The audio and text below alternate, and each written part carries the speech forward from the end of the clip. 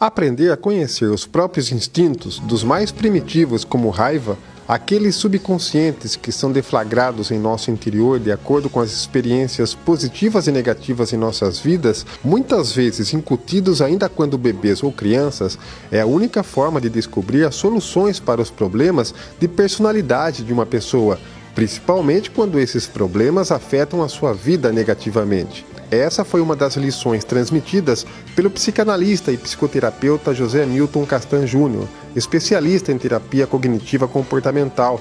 A plateia era formada por estudantes de medicina, ou seja, futuros médicos que ao longo de suas formações poderão optar pela psicologia ou psiquiatria como exercício da profissão. Aqui nenhuma informação científica é desperdiçada. Olhos atentos e anotações fazem parte desse universo de uma nova geração de médicos. Castan discorreu desde as teorias de Freud, que ficou mundialmente conhecido pela criação da psicanálise e que procura descobrir as razões dos conflitos interiores de uma pessoa analisando o seu passado, à teoria cognitiva comportamental de Aaron Beck, que não se debruça sobre as ações passadas para se entender um paciente, mas através de como ele reage e assimila eventos internos e externos em sua vida, positivos e negativos. Porque o Freud, na verdade, ele como médico, ele ainda tentou criar uma psicologia biológica, com os olhares biológicos, mas ele não conseguiu. Mas foi ele que falou dessa questão das células cerebrais estarem em contatos, que depois o Sherrington chamou de sinapse, um pouquinho mais para frente, mas ele falou da barreira de contato.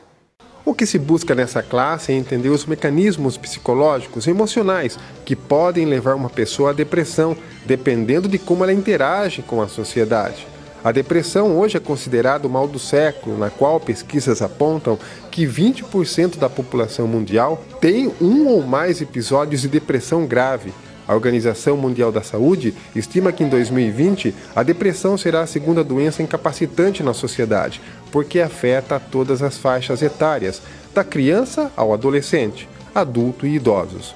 Estima-se que existem hoje 100 milhões de pessoas deprimidas no mundo. Vocês guardarem isso, inconsciente modulando o comportamento. E eu não falo nenhuma novidade para vocês, vocês sabem disso, né? As impulsividades que a todo instante nós temos e que compõem o nosso comportamento. Com base na palestra de Castan, surgem colocações importantes, como identificar em nossas ações a influência do inconsciente, como administrar impulsos como raiva e ciúmes que podem se tornar patológicos, como se evitar a depressão diante da pressão atual do meio social, por que existe a autoestima baixa que levará alguém a quadros depressivos, como a psicanálise e a psicoterapia podem auxiliar no tratamento, interagindo ou não com medicamentos agindo em conjunto com a psiquiatria. Aliás, a psiquiatria é outro ramo da medicina essencial para ajudar no tratamento depressivo. Todos nós temos alguns repentes, temos alguns impulsos e tomamos algumas atitudes que depois, lá na frente, a gente pode acabar achando que não deveria ter feito aquilo. Não é tão simples assim, porque são aspectos inconscientes. Eu não consigo trabalhar isso de uma maneira consciente. Ela simplesmente aflora e eu tenho um impulso. A maneira de se controlar isso, a primeira maneira, é conhecer a origem do impulso. Sabendo de que ordem que é esse problema, pode ser que eu tenha um pouco mais de capacidade de controlá-lo. E uma outra maneira é que exercitar o controle me leva a ser mais controlado. Nunca esquecendo que nós somos aquilo que mais fazemos. E quanto mais fazemos uma coisa, melhor ficamos naquilo que fazemos, seja para o bem ou para o mal. E por que existe a autoestima baixa, professor? De onde surge esse sentimento que vai levar a pessoa para a droga, para o álcool, para um comportamento negativo? Muito possivelmente é na sua origem entre os 0 e 7, 8 anos, então na primeira infância, pode ser que esta pessoa tenha vivenciado situações como, por exemplo, pai e mãe falando para ele: olha, você não é capaz, você é um burro, você não entende nada. Essas mensagens bruxas, né, acabam formando a opinião do menino que ele realmente é um fracassado. E de repente, na vida adulta, ele simplesmente reprisa aquilo que foi lhe falado, e ele simplesmente reprisa como sendo uma grande verdade, e aí uma terapia ajudaria bastante ele entender isso. E para concluir, o que o senhor recomenda hoje? A gente pode dizer que a sociedade está mais doente, professor? Eu diria que a nossa sociedade ela está muito mais desafiadora. O que nós sabemos é que o componente estresse tem uma interface biológica extremamente interessante. O estresse tem o poder e a capacidade de eliciar hormônios no meu corpo para que eu fique num estado de alerta. E esses hormônios, muitas vezes, excesso desses hormônios, nós estamos falando de glicocorticoides e cortisol, excesso desses hormônios pode ser que, em contato com um cérebro que tem neuroreceptores para cortisol, e se esse cérebro tiver um viés genético ruim, um problema de ordem genética, pode ser que o estresse com excesso de cortisol desencadeie uma síndrome, e muitas vezes síndromes de depressão, transtornos de ansiedade. Muitas delas têm uma ligação muito interessante com o estresse. Agora, o que nós sabemos é que sempre existe um deflagrador, um momento de estresse, corroborando para o desemboque de um transtorno psiquiátrico, de um transtorno de ordem psíquica. Profissionais que também trabalham com dependentes químicos assistiram ao seminário. Eu achei interessantíssimo, porque nós trabalhamos muito comportamentos, né? Eu vim por isso mesmo, quando eu vi psicanálise, cognitivo, porque na verdade a nossa área é essa, é conhecer, né? Porque a gente trabalha as pessoas se conhecerem, identificar o eu, que foi justamente o que ele falou. Você acha que hoje as pessoas, por não se conhecerem, muitos jovens, ingressam nas drogas, no álcool também? Justamente, eu acho que é falta de conhecimento de si próprio, da sua necessidade, né? E por isso eles procuram alguma coisa para sufocar os sentimentos, entendeu?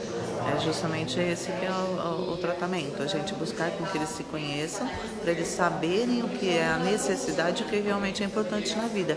Como ele expôs aí, cada pessoa que se conhece melhor, ela vai ser mais feliz. Esta futura médica fez inúmeras anotações e questionamentos durante a palestra. Achei muito legal. Eu acho que conhecer como que é a psicoterapia, porque a gente médico, né, que está se formando, a gente acha que muitas vezes a gente é psiquiatria e o resto não importa, e eu acho que é diferente. Você tem que entender o paciente, você tem que entender de onde vem algumas coisas. Então, eu achei muito bom assim a forma que ele explicou, que tem das psicoterapias, das vertentes que tem.